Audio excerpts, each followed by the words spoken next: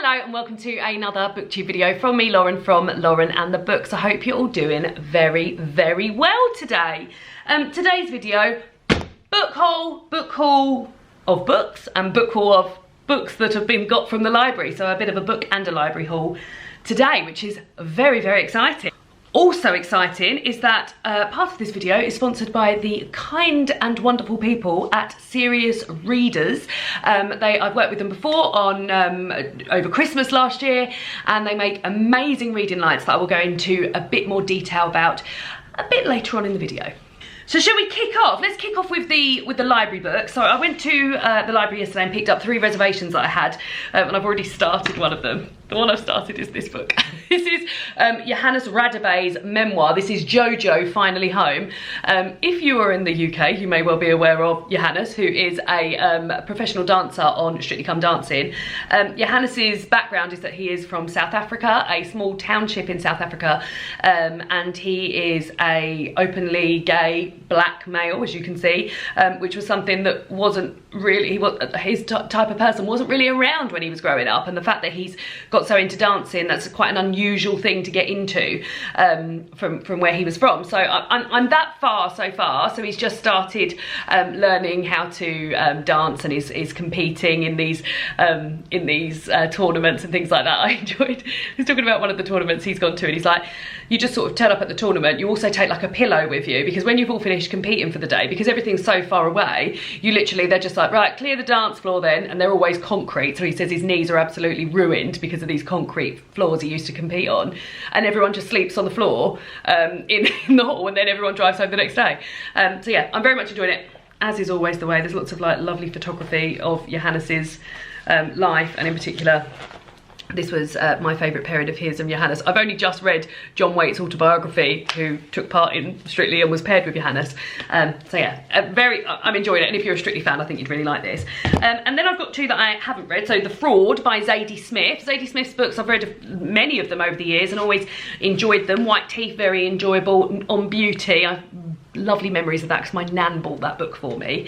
NW, and then I've read a bit of her non-fiction, but this is a historical fiction book by Zadie Smith, which is not that she hasn't done historical fiction before. So it's set in 1873, and Mrs. Eliza Touchet is the Scottish housekeeper and cousin by marriage of a once famous novelist, now in decline, William Ainsworth, with whom she has lived for 30 years. She's a woman of many interests: literature, justice, abolitionism, class, her cousin, his wives, this life and the next, but she's also sceptical. She suspects her cousin of having no talent, his successful friend Mr. Charles Dickens of being a bully and a moralist, and England of being a land of facades, which is nothing, in which nothing is quite as it seems. Andrew Bogle, meanwhile, grew up enslaved on the Hope Plantation, Jamaica. He knows every lump of sugar comes at a human cost, that the rich deceive the poor, and that people are more easily manipulated than they realise. When Bogle finds himself in London, star witness in a celebrated case of imposture, he knows his future depends on telling the right story.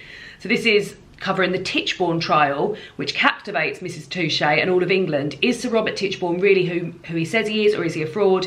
Mrs. Touchet is a woman of the world. Mr. Bogle is no fool, but in a world of hypocrisy and self-deception, deciding what's real proves to be a complicated task. There we go. Jamaica and Britain, fraudulence and authenticity, and the mystery of other people. So yeah, let's see how I get on with that. And then I've got Sarah Pascoe's Weirdo. Now, I didn't even know, I've read a few of Sarah Pascoe's books in the past, non-fiction ones that I've read. I've very much enjoyed, I'm just having a look at, well, both of them, there's only 2, so I enjoyed Animal and Sex, Power, Money, both of which had accompanying podcasts to go with them. That must be something that Sarah likes to do, because at the moment there's a podcast out called Weirdo's Book Club, where Sarah and one of her fellow comedians, Cariad, run a book club where they talk about sort of like these weird, stranger books. They've already discussed I'm a Fan, which you'll know is a book that I've really, really loved this year, and Death of a Bookseller. I've got that podcast to listen to, but yeah, so I guess they listen to like they're reading slightly stranger books. And I didn't realise, when it was called Weirdo's Book Club, I was like, oh yeah, I really like that. And I didn't realise that Sarah had a new book out called Weirdo, and this all makes sense now that she sort of does these podcasts in collaboration with her books coming out. I hope the podcast carries on, because I really enjoy their discussions and observations on the book, and they've had some really great guests on as well. So this is Sarah's book, Weirdo. And it says, deep in Essex and her own thoughts, Sophie has a feeling. I just can't read anymore. Deep in Essex and her own thoughts, Sophie had a feeling something was going to happen, and then it did. It's December. The festive season looms, and Chris has entered the pub and re-entered her life just when Sophie had finally stopped thinking about him and regretting what she'd done. Sophie has a chance at creating a new ending and paying off her emotional debts, if not her financial ones. All she has to do is act exactly like a normal, well-adjusted person and not say any of her inner monologue out loud. If she can suppress her light paranoia, pornographic visualizations and pathological lying, maybe she'll even end up getting the guy she wants. Then she can dump her boyfriend Ian and try to behave like someone who knows how to enjoy Christmas. I did not know that it was set on the run up to Christmas, so that excites me even more. This is a library book and it's a new release, so I'm not going to be able to put this off until Christmas, so I need to get it read quickly, really. Let us go and have a little chat about reading lights and the evenings drawing in. Thanks, daytime Lauren. It's nighttime Lauren, and it's nighttime Lauren's favourite time of year because we are now entering the 2 best seasons, in my opinion, for reading, autumn and winter. There is nothing more I like doing of an evening now. Getting the old curtains drawn, getting my cosy cat cardigan on, my new cat's down there, hello, and having a lovely read of an evening. And I cannot even tell you how much this wonderful Serious Light has helped me. The wonderful people at Serious Readers have got in touch and asked me if I would like to work with them again, and I said yes please. They sent me this light last year, and I can safely say that not an evening in autumn and winter has gone by where I haven't used this wonderful reading light. Ta-da! I used it all in the run up to my wedding last year when I was doing cross stitch every single night. It is the perfect light to read to as it gets darker because that's on the lowest setting, and I can just increase and increase and increase. And it is just perfect for reading of an evening. It's not intrusive in anybody else who doesn't want to be under my light. It's focusing right on my book or right on me. I've just turned it off in excitement. And I just love it. It's fitting with the decor of the flat. You'll know that there's, I mean, we've got decorating going on here at the moment. You can see we've got ribbons and stuff. I love this gold, and they're all made here in the UK, and you can pick which different aspects you like. I really, really liked that about it. And it's so transportable. So you'll know that normally I sit in front of my bookshelves, but currently, because we're getting new carpets, there are no books on the bookshelves. But yeah, I've just easily been able to move it over here to this, which has quickly become my new reading corner, and having a lovely time with it. So thank you again to the Serious Readers people who have sponsored this part of the video. If you would like to get involved in these amazing lights, which by the way, the technology is used on submarines and on spaceships, then you can get involved and use this code, which is SR483. I will link everything down below. This code offers £100 off of the high definition light, which is what this is, plus free delivery. So yeah, if you would like to get involved with that, then please, please do. I can't recommend them highly enough. And now I suppose we'll have to go back to daytime Lauren. Back to daytime Lauren. Evening's drawing in. Best time, innit? Bestest time. Right, okay, so the other books are books that I've bought, been given, sent by the publisher, some from a wish list. Absolutely lovely. Let's go first with this one that David's dad has given me. So you'll all know that I'm a big Daphne du Maurier fan. I've just got a cat and called her Daphne. I mean, and David's dad, just as we were leaving the other night, was like, oh, I've got something for you, by the way. Do you want this? And it's a folio edition of Rebecca by Daphne du Maurier. So I already own a lovely edition of Rebecca by Daphne du Maurier, one of the Virago modern classics. But this is, I mean, look, this is what it looks like. It comes in its little book, and I just think it's really nice to own a special edition of a book that you love. It's got this sort of artwork throughout. Oh God, I'm so excited about it. And I just thought it was a really lovely thing, and it was so casually done. There they are, going for a lovely drive, just when they've met. It was so nicely, it was so casually done, like, oh, by the way, do you want this? So yeah, I do want it. I don't know where he got it from, but yeah, I now own this beautiful edition, and that will be going firmly on my favourite shelf once the shelves have got books on. Then I've got 2 books that I bought myself. So you will know that I've been very much enjoying these little sisterhood editions. I've read Anne of Green Gables and A Little Princess, and these are, you don't often get, they're not publishing any more of these, so if you see them in the bookshops, get them. But I just love the fact that they're like little small editions with these gorgeous illustrations on the front of the sort of like main character with her hair all laid out, and then little bits here, and then the end papers are always gorgeous as well. Look, and they've got French flaps, beautiful. And they were released for International Women's Day, I think, many years ago. French flaps on that one as well. So yeah, Railway Children. Now, I haven't read Railway Children or Heidi, so I'm excited to read both of these. But yeah, I just love these little editions. So I've now got 4 of these. There are 2 more, but I don't know if I'll bother with the other 2 because I already have read them. There's Pride and Prejudice and Little Women. Somebody once said that they'd seen a Secret Garden one, but there's nothing. So these are the 6 there, unless they did another second. They must have done, because I've seen a Jane Eyre one, which I didn't end up buying. Anyway, basically, if you see these in the shops, they're not publishing anymore, so you need to get your mitts on them. I don't know anything about, I feel like maybe I saw the film of Railway Children when I was younger. So Heidi is a free spirit. She loves her life in the mountains with her grandfather, but one awful day she is collected by her aunt and made to live with a new family in the town. Heidi misses everyone terribly and dreams of going home. Will she find the strength to overcome her hardships? Lovely. And then Railway Children. Do you know what I've seen? I've seen the more recent Railway Children film, which is called Railway Children Return. It's got sister Julienne from Call the Midwife in it. When father is suddenly taken away, Roberta, Peter, Phyllis and their mother leave London and set up home in a little country cottage. Every morning the children wave at the 9:15 London train, hoping it will carry their love to father. Little do they know that the kindly old gentleman passenger who waves back holds the key to their father's disappearance. That sounds cosy as fuck, doesn't it? There we go.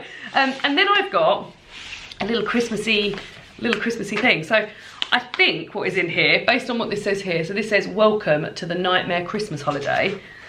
Oh, it is that one. So here is this sticker that says Mistletoe and Malice. Now, I'd already been sent a proof copy of Mistletoe and Malice, and I think this is the finished copy of Mistletoe and Malice. So this is a book that's been republished in time for Christmas. And when I hauled it before, because this will be the second time you've seen it being hauled, it says on the front, it said on the proof copy that I got, oh, there's a second one. Oh no, so this is from someone else. So it is a copy of Mistletoe and Malice, a finished copy. So I already own one of these. So I think I'll do a giveaway of this, maybe on my Patreon. So if you're over on my Patreon, I'll do a giveaway of this copy that I've got. If I can find my actual copy, because they're all in the bar. But then this is a new Christmassy one. This is The Long Shadow by Celia Fremlin. Welcome to the Nightmare Christmas Holiday. This is exciting. I hadn't even known anything about this. A lovely little Christmassy. So this one is, it says it's a lot like the Elizabeth Jane Howard Cazalet Chronicles, which, spoiler, there's a book of that coming up in this haul. And this is about a darkly witty portrait of a dysfunctional post-war English family's festivities for fans of Barbara Pym, Stella Gibbons, Nancy Mitford and Elizabeth Taylor. So yeah, I've already hauled that, so I won't go into more detail about that. But this, I didn't even know this existed. So it says here, jolted from sleep by the ringing of the telephone, Imogen stumbles through the dark, empty house to answer it. At first, she can't quite understand the man on the other end of the line. Surely he can't honestly be accusing her of killing her husband, Ivor, who died in a car crash barely 2 months ago. As the nights draw in, Imogen finds her home filling up with unexpected Christmas guests who may be looking for more than simple festive cheer. Has someone been rifling through Ivor's papers? Who let the half-drunk whiskey bottle beside his favourite chair? And why won't that man stop calling, insisting he can prove Imogen's guilt? Is this new? No. So this was first, so this must be another one of these sort of like re-release books. So this was first published in 1975 and it's now just been published by Faber and Faber in 2023. God, I love that front cover so much. There we go, and now I've got this as well. And then the last 2 books are books that have been sent to me from my wish list, which is always an absolute dream and delight. You may well have seen one of these in a Friday reading vlog, because it arrived on the Friday. So as I was talking about Elizabeth Jane Howard, I've been working my way through reading all of the Cazalet Chronicles, and I've just finished reading the third, oh no, I've got the third one, Confusion, to read this month. It's October. And then this one, Casting Off, I'm going to read in November. And then the last one, which is called All Change, is set over Christmas, and I'm going to read that in December, along with these other Christmassy books. So yeah, I can't read the back. I don't even want to read the back, because I haven't read the third one yet. But we're following the Cazalet family, sort of navigate life during the Second World War. I really like the way it's written. I feel like I'm really repeating myself because these books are featuring quite heavily because I'm reading one every month and hauling them. But yeah, it's following this Cazalet family, who are 3 brothers and a sister, their parents, and then these siblings' children and their sort of surrounding characters, be it people they're having an affair with, or someone wants their wife's sister or something like that. And yeah, I love it. I love the interactions with each other. I love the fact that it's told in like really quite short bits, so you're hearing like about a character from one perspective, and then you'll hear about that character from another person's perspective, or you hear about an event from multiple people's perspectives. It's just like an epic family saga, and the fact that there's 5 of them, I just love it. And more recently, in the second book, which I read in September, you get bigger chapters from the perspective of my favourite characters. So yeah, it's going very well, and I am so excited. So I now own all 5 of these, and I've got them all in these lovely editions which have like a little thing that go across, so I can't wait to pop those up on my favourite shelf, because I imagine that's where they'll be going. Lovely. And then the last book I've got is Small Fires, An Epic in the Kitchen by Rebecca May Johnson. This is a non-fiction book. I love food non-fiction and writing about kitchens and cooking and all of this sort of thing. And I'd read an essay of Rebecca May Johnson's in an essay collection I've got called In the Kitchen, and loved her writing. And then I remember when I was in London with David, I think as far back as February, when David and I went to London to we had a lovely day. We went to the Tate, we went to Borough Market, we went to watch Witness for the Prosecution, we went to Dishoom, and we just had the most amazing day, and we popped in a few bookshops along the way, and I saw this and was like, this sounds amazing. So yeah, so this is Rebecca May Johnson reinventing cooking, that simple act of rolling up our sleeves, wielding a knife, spattering red hot sauce on our books as a way of experiencing ourselves and the world. Cooking is thinking about the liberating constraint of tying apron strings, the transformative dynamics of shared meals, the meaning of appetite and bodily pleasure, the wild subversiveness of the recipe beyond words or control. So yeah, I'm very excited to read it. When I cook and follow a recipe, it's when I feel most sort of chilled, like I can pop an audiobook on and start following a recipe, and I really feel like I'm really tuned into that audiobook, and I'm really aware of stuff that's going on, and I love like sort of chopping and getting into it, getting all this stuff chopped and popping that in the oven and putting a timer on for that and stuff like that. Like I really, it does feel meditative to me. So yeah, I'm looking forward to reading that. So there we go. Books. Let me know if you've read any of these books that I have hauled today. Let me know how your sort of collation of your Christmas reading's going. And thanks again to Serious Readers for sponsoring this video, and I will see you all again soon for another booktube video. Goodbye.